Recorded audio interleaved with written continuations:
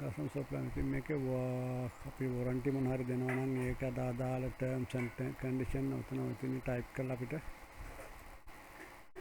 save කරලා තියාගන්න පුළුවන් මෙතනදී මේක calculator එක අපිට අදිසිරි calculator එකක් පාවිච්චි කරන්න පුළුවන් ඒක හදලා තියෙනවා calculator එකේදී අපිට මාරු වෙන්න පුළුවන් calculator එක හරිය number pad විදිහට ඔයාලා keyboard එකක් පාවිච්චි කරන්න නැතුව මොකද හරි ටච් ස්ක්‍රීන් එකක හරි වැඩ කරද්දි මේක අපිට වටිනවා ගොඩක් මේකේ තියෙන මේ keyboard online screen keyboard එකත් add කරලා තියෙනවා ඒකද අපිට සිංහල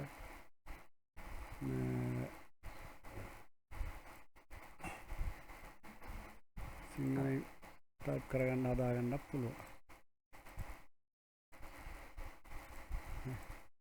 මම මේක අදාළ ස්ථාන එක මේක නිකන් සාමාන්‍ය වැඩ කරන්නේ අපි නිකන් තිබ්බොත් type කරන්න පුළුවන් ස්පේස් එක ඉස්සර මේක මම අන්නෝම type select කරගෙන මෙතන select කරගෙන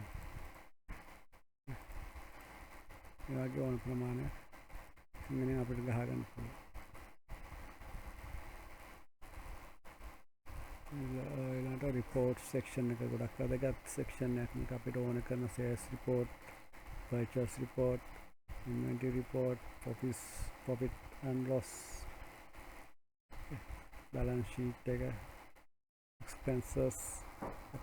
company expenses of net payment history, sales report day by day date select range select customers customer type select කරගන්න පුළුවන් නැත්නම් customer type දාන්න පුළුවන් department wise ගන්න පුළුවන් category wise ගන්න පුළුවන් ඒ ටික අර select කරලා මෙතෙන් ගත්තා පස්සේ මේ details වැටෙනවා මේකේ period of sale එක වැටෙනවා මෙතන retail total wholesale online grand total මේ තුනම එකතුව ඉතින් payment methods ටික මෙතන වැටෙනවා අපි කොහොමද cash payment ආවේ cash card ද bank ද check කරලා ඊට පස්සේ මෙතන ඉස්සරම දිගටම වැටෙනවා ඒ වගේ අපිට ඕන විදිහට ඕනම report එකක් බලා ගන්න පුළුවන් විදිහට මෙතන තියෙනවා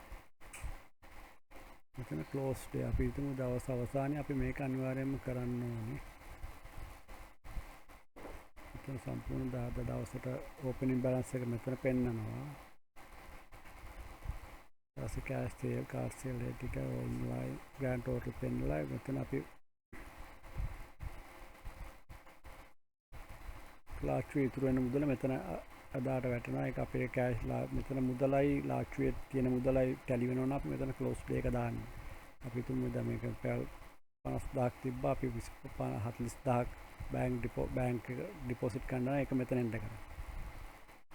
balance select කරලා enter කරලා නැත්නම් අපි හිතමු direct withdraw කරා කියලා ඒක expense එකක් වෙන විදියට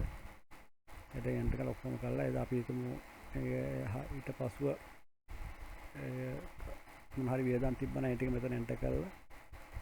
ඊට පස්සේ මෙතන එන total එක බලන ලාස්ට්ුවේ තියෙන total එකට tally නම් මේක close කරා පස්සේ ඊට පස්සේ එන මෙතන 1200 දැන් graphic total කරලා ඊළඟ දවසේ opening balance එක විදිහට පෙන්නන්නේ ඒක